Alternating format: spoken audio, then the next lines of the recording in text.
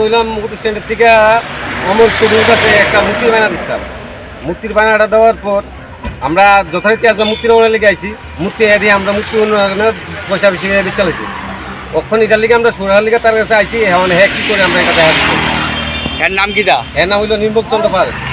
কোন জায়গাতে স্টুডিওটা? চলিলাম এই জয়রাম হোটেলের সাথেই। এখন কি আপনারা ঠাকুর বইয়ে দিছে? ঠাকুর না নিলে পূজা করবো কি করে?